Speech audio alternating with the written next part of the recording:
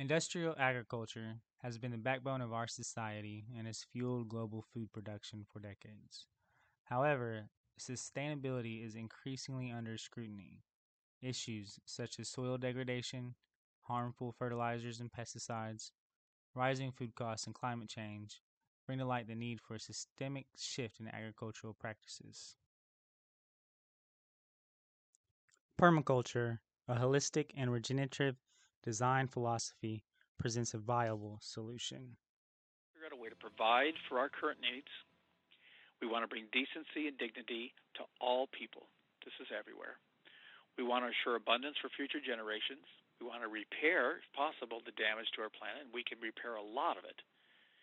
And if possible, reverse or retard global warming.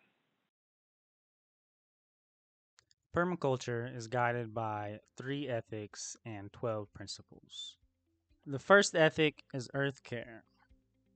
The earth is a living, breathing entity. Without ongoing care and nurturing, there will be consequences too big to ignore. The second ethic of permaculture is people care. People care begins with ourselves and expands to our families, neighbors, and communities. The third ethic is fair share. To take what we need and to give what we don't. The 12 permaculture principles. 1. Creatively use and respond to change. 2. Observe and interact. 3. Catch and store energy, nutrients, and water. 4. Obtain a yield. 5. Apply self-regulation and accept feedback. 6. Use value and diversity. 7. Use and value renewable resources. 8. Design from patterns to details. 9. Use edges and value the marginal. 10. Produce no waste. 11.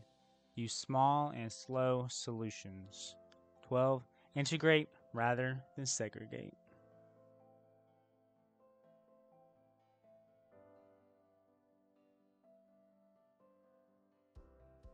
In my capstone, I will be presenting a permaculture toolkit as seen through the lens of landscape architecture.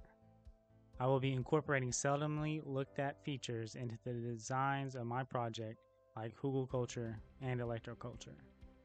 My deliverables will include designs and drawings of permaculture in urban residential and commercial spaces, as well as rural areas and suburbs.